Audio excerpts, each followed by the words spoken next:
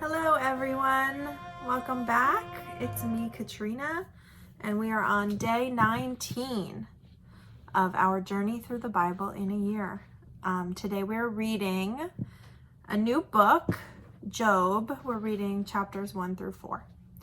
So we open on Job, who is righteous.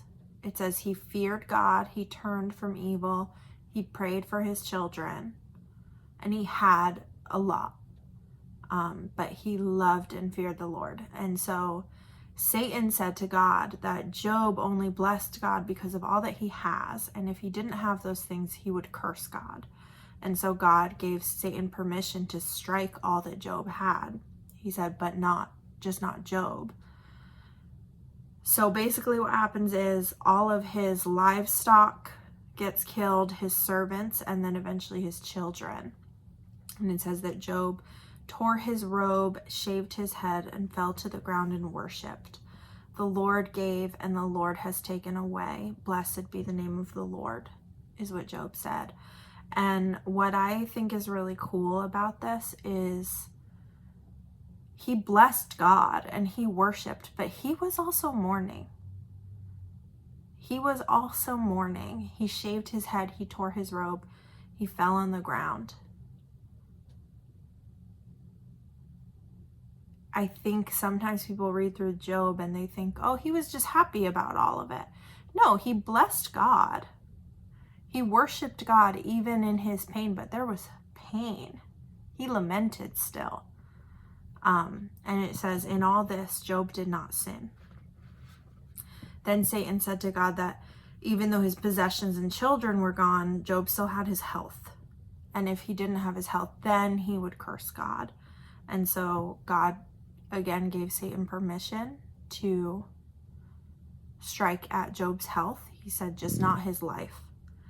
And so Job becomes afflicted with sores, and it says he's scraping at his body with broken pieces of pots. And his wife comes to him and says, you're still praising God in all of this? Like, just curse God and die. And what I think is important here is she's going through the same things that he is. She was his wife, so those were her children, and that was her livelihood as well. And he is still praising God, and she is hopeless in her grief. Just curse God and die. None of this is worth it.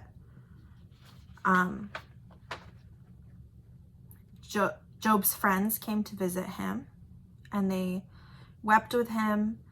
It says they wept when they saw him, and they sat on the ground with him 7 days and 7 nights, none of them speaking. We'll go on to read more about what his friends do and say later, but they came to grieve with him. They came and sat on the ground with him for 7 days and 7 nights in silence. I know I've had friends who have wept on the ground with me. And again, this is just highlights that Job was grieving.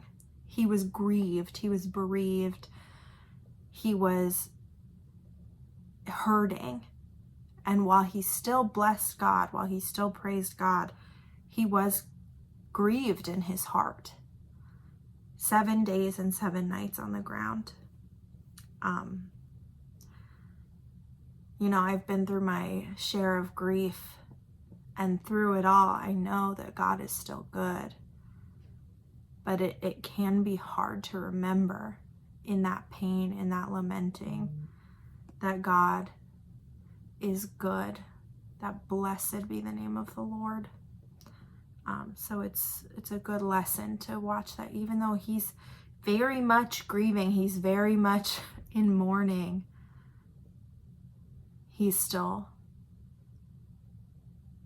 blessing the name of the Lord even in his pain, because there is pain. Job then goes on to speak about how he wishes he were never even born. So we know he's in the pits right now. And chapter 4 is the beginning of a speech that one of his friends makes, Eliphaz. And I will let tomorrow's person go into that speech because chapter 4 is just kind of the beginning of that. But yeah, I think one of the big lessons we can take away from Job is that God is always good, even in our pain, and there will be pain. And it is okay to be in pain. It is okay to be grieved. It is okay to mourn in your soul. And God is still there in the midst of all of that. And God is still good in the midst of all of that. So have a wonderful rest of your week, everyone. And I will see you back here next week. Bye.